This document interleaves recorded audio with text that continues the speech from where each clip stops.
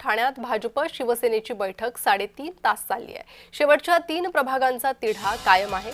तिढा असलेल्या जागांवर वरिष्ठ निर्णय घेणार आहेत। उद्यापर्यंत जागा वाटप करून एबी फॉर्मचं वाटप होणार आहे।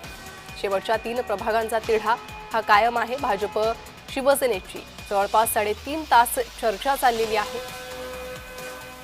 तिढा असलेल्या जागांवर वरिष्ठ निर्णय घेतील अशी माहिती समोर येते। तर उद्यापर्यंत जागा वाटप करून एबी फॉर्म वाटप होणार असल्याची ही माहिती आहे। तर बैठका होत आहेत। वारंवार या बैठका झाल्यानंतरही काही जागांसंदर्भातला तिढा हा सुटलेला नाहीये। आता उद्यापर्यंत या जागांवरचा तिढा सुटेल। वरिष्ठ या संदर्भातला निर्णय घेतील अशी माहिती समोर येते। भाजप शिवसेनेची युती ही उद्या जाहीर होते का ठाण्यातली, त्याकडे लक्ष लागलेलं आहे। तर उद्यापर्यंत जागा वाटप करून एबी फॉर्मचं वाटप करण्यात येईल अशी माहिती समोर येते। भाजप शिवसेनेची 3.5 तास बैठक चालली आहे।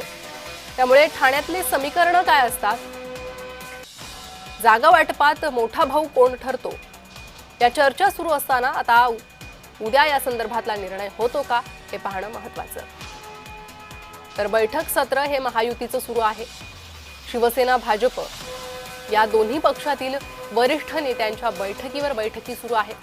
अशात काही जागांसंदर्भातला तिढा हा सुटत नाहीये।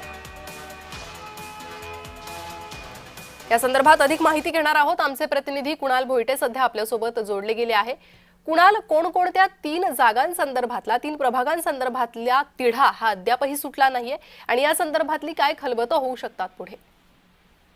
प्रणिता, एकंदरीत पाहायचं झालं तर ठाण्यामध्ये भाजप आणि शिवसेनेच्या युती संदर्भात बैठकांचं सत्र जे आहे ते मागील अनेक दिवसांपासून सुरू आहे। 19 तारखेला शेवटची बैठक ही स्थानिक नेत्यांमध्ये झाली होती आणि त्यानंतर काल जी आहे ती 3 तास बैठक भाजप कार्यालयामध्ये शिवसेना नेते आणि भाजप नेत्यांमध्ये झाली होती। या संपूर्ण बैठकीमध्ये 30 जागांचं म्हणजे 33 प्रभाग आहेत। या 33 प्रभागांपैकी 30 जागांचा जो 30 प्रभागांवरती एकमत जे आहे ते झालेलं आहे। मात्र 3 जागांवरती अजूनही मतमतांतर बाकी आहे। त्यामुळे आज वरिष्ठ नेत्यांमध्ये बैठका होऊन या जागांवरती एकमत होऊन युतीबाबत स्पष्ट फॉर्म्युला जो आहे तो बाहेर येण्याची शक्यता आहे। प्रणिता जी, कुणाल धन्यवाद या सविस्तर माहितीसाठी।